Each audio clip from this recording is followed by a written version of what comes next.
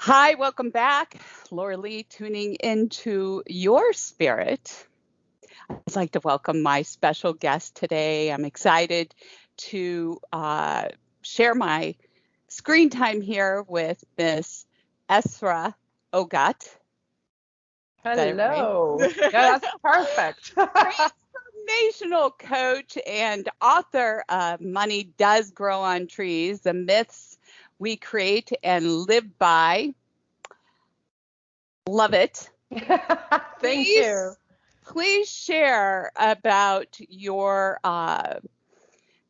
book here, Esra, about how book isn't about becoming wealthy per se, because there's so many books out there about the 9 steps of becoming rich. And that's not what this is about. This is more or less about prosperity consciousness. So for our audience, can you share the difference between the two? Yes. Well, wealth is, I think, a kind of a focus of like, oh, how can I make more money? How can I have more money in the bank? Mm-hmm.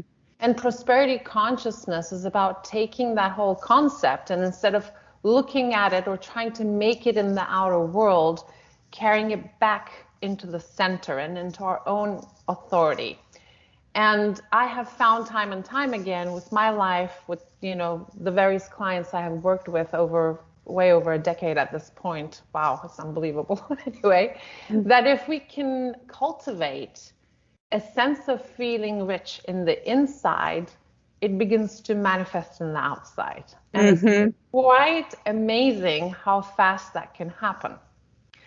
So that has been my journey. That's what, we teach. And the book is, although the main theme is about prosperity, it's really kind of digging really deep with certain exercises and stories of what other people have achieved, and some sprinkled with my personal stories in there. Right. Of how we co-create our reality very successfully, whether we end up liking the result or not. Right.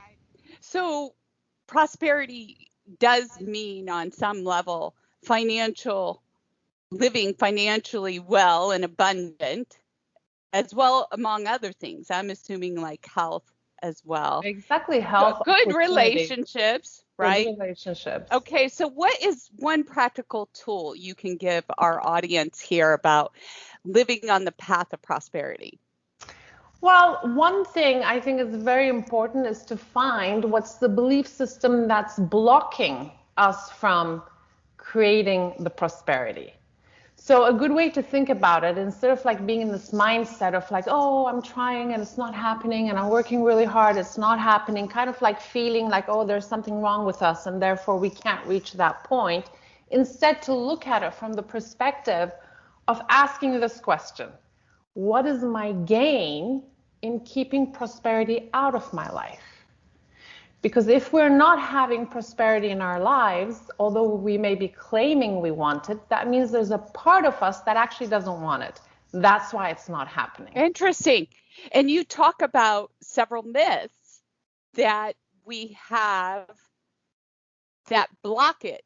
So what is one that you find is among all of them that is mass consciousness out there that they could? There's a couple of those, but it's interesting. There are as different belief systems as there are people out there, depending on how they've arrived at a conclusion about money way early on in their lives by watching their parents or watching a movie or whatever it might be. So when I say the myths we create and live by, it's like, what myth have we created in relationship to money, to relationship, to men, to health, to aging, whatever it might be. Exactly. Okay. And do you think it's always deeply rooted from our family experience, from our upbringing, or society as a whole, or both? I think it's both, but I think these decisions, I mean, I found in my life for many of my decisions, like they always end up going to a very young age. Yes. Between 1 and 10, I would say. So it depends on, and it's not like, I don't believe that it's like put onto us. I think as extremely powerful beings here in the body, we come here to experience this realm. And out of whatever we're experiencing, we very individualistically make decisions about things. Let's say we had a father who worked so hard, he made a lot of money, but he never had time for us. Well, we may look at that and say, wow, this guy really does everything for his family. Mm-hmm. Or we may look at it and say, oh, you know what? When you're too busy making money, you don't have love in your life. So I'm not going to choose that. I'm going to go for the love. I love that. Hold tight. We have more to share with our audience. The book is called Money Does Grow on Trees. Where can people find it, Esra?